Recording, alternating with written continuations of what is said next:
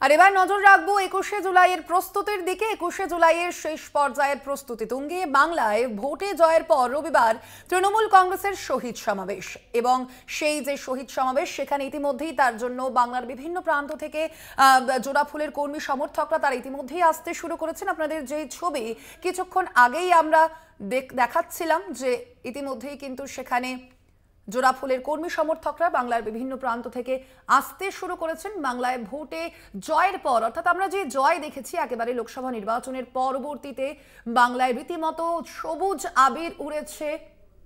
তার পাশাপাশি রাজ্যের যে 4টি বিধানসভা কেন্দ্রে যে উপনির্বাচন হয়েছে সেই উপনির্বাচনেও কিন্তু একেবারে 4-এ 4 তৃণমূল কংগ্রেসের ঝুলিতে গিয়েছে। 4টি আসনই তৃণমূল কংগ্রেসের ঝুলিতে গিয়েছে, এবং তারপরেই এবার শহীদ সমাবেশ 21শে জুলাইয়ের, এবং ইতিমধ্যেই তার প্রস্তুতি তুঙ্গে।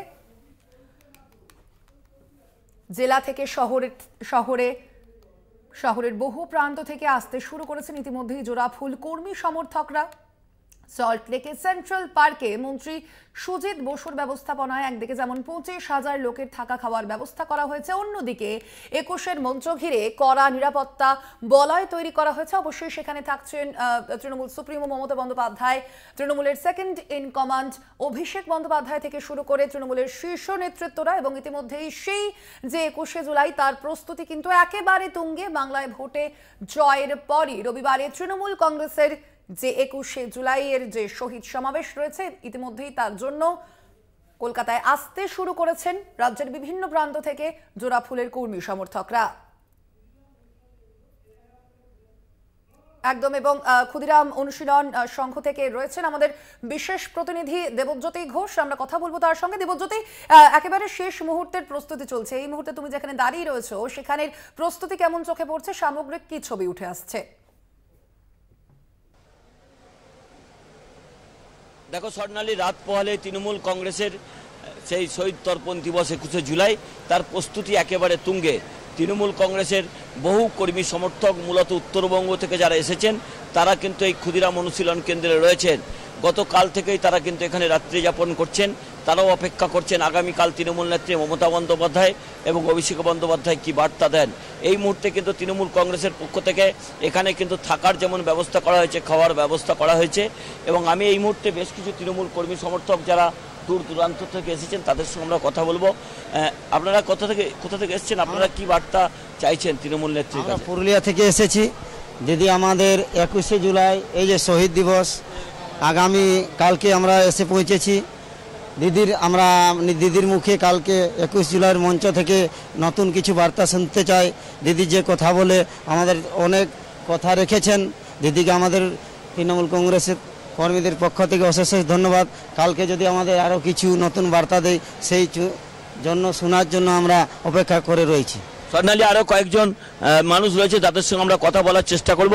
আপনারা কোথা থেকে এসেছেন এবং কি বার্তা চাইছেন? পুরুলিয়া জেলা থেকে এসেছি। আমরা যে গত 2023-এ 21 জুলাই যে ভিড়টা দেখেছি তার থেকে আমরা যে লোকসভা নির্বাচনে 2024-এ তারপরে আমরা এখন পুরুলিয়া জেলাতে প্রচুর ভিড় আমরা দেখতে পাওয়া যাচ্ছে। তাদের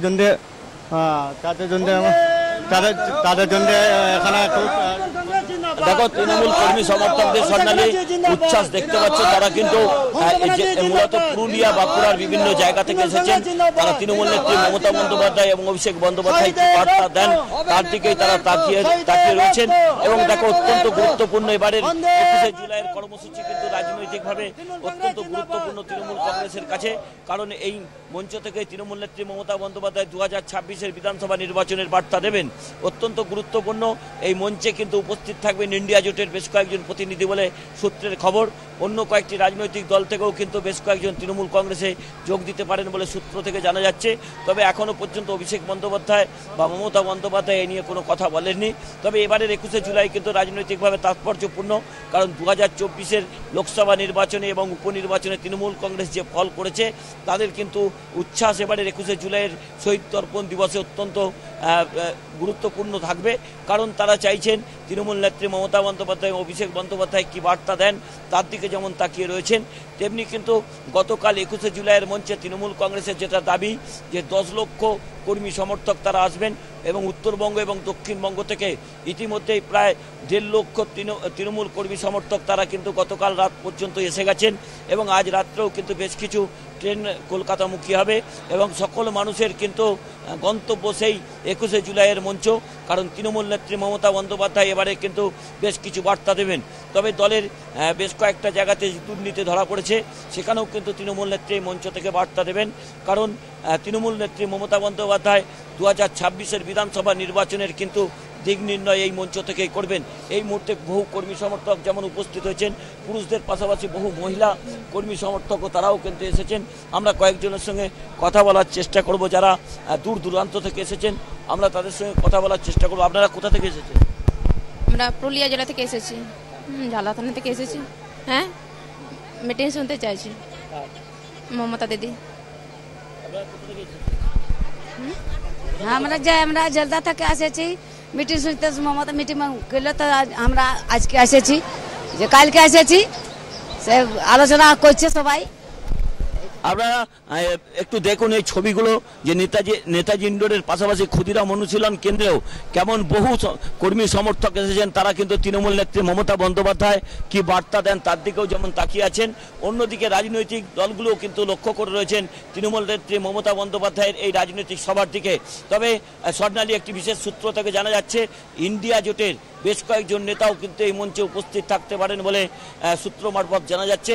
তবে সবই সিদ্ধান্ত নেবেন তৃণমূল নেত্রী মমতা বন্দ্যোপাধ্যায় এবং অভিষেক বন্দ্যোপাধ্যায়, অর্থাৎ একেবারে চূড়ান্ত প্রস্তুতি রাত পোহালে তৃণমূল নেত্রী মমতা বন্দ্যোপাধ্যায় এবং অভিষেক বন্দ্যোপাধ্যায়ের 21শে জুলাই কর্মসূচি।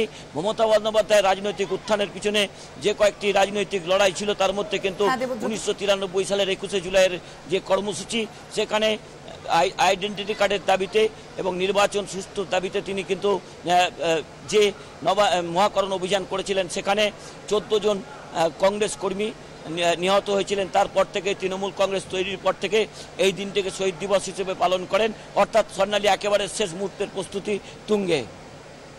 ধন্যবাদ তোমায় দেবজ্যোতি। আমরা কথা বলছিলাম, আমাদের সঙ্গে সরাসরি ছিলেন আমাদের বিশেষ প্রতিনিধি দেবজ্যোতি ঘোষ।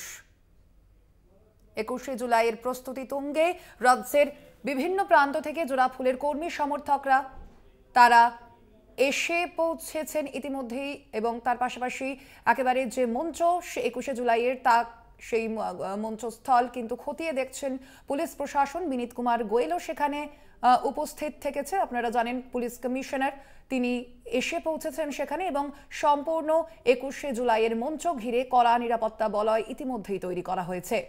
নিরাপত্তা ব্যবস্থা খতিয়ে দেখছে পুলিশ প্রশাসন। 21শে জুলাইয়ের শেষ পর্যায়ের প্রস্তুতি তুঙ্গে। এ বিষয়ে আমরা কথা বলবো। ফোন লাইনে রয়েছেন প্রতিনিধি রিয়া মাঝি। রিয়া, আমরা জানি আগামীকাল 21শে জুলাইয়ের যে শহীদ সমাবেশ রয়েছে তার প্রস্তুতি কিন্তু তুঙ্গে। ক্ষেত্রে ঠিক কতটা নিরাপত্তা ব্যবস্থা কঠোর রাখা হয়েছে এখনো পর্যন্ত, সেই বিষয়ে কি জানা যাচ্ছে?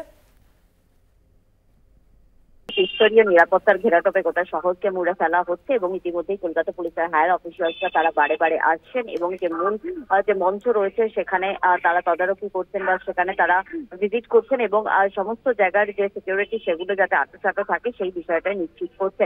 এবং ইতিমধ্যেই তোমাকে জানিয়ে রাখবো প্রায় 5000 ফোর্স মোতায়েন করা হয়েছে এবং সেগুলো ডেপ্লয়েড হয়ে যাবে। আজকে মধ্যরাত্রে থেকেই সেগুলো ডেপ্লয়েড হয়ে যাবে এবং কালকে সকালের মধ্যেই সেগুলো পুরো ডেপ্লয়েড কমপ্লিট হয়ে যাবে। এবং যে মূল ডায়াস রয়েছে একাধিক জোনে যে ভাগ করা হয়েছে, যার মধ্যে ভিভিআইপি জোন রয়েছে এবং একাধিক আরো জোন রয়েছে, যেখানে হায়ার অফিসিয়ালসরা থাকবেন দায়িত্বে এবং অ্যাডিশনাল সিপি 1 তিনি পুরো সার্ভেলেন্স করবেন যাতে কোথায় কোনো রকম সমস্যা না হয় সেই বিষয়টা দেখা হবে। এবং একই সঙ্গে তোমাকে জানিয়ে রাখবো যে রাস্তার ওপরেও কিন্তু নজরদারি চালানো হয়েছে যাতে সাধারণ মানুষ তারা কোনো রকম ভাবে অসুবিধার মধ্যে না পড়ে।